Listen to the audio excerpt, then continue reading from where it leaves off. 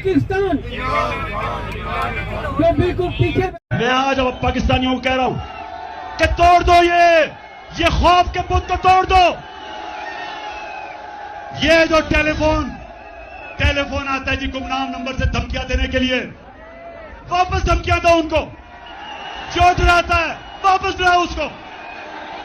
जो mister x और mister Y लोगों को धमकियां देते हैं, वापस धमकियां दो इनको।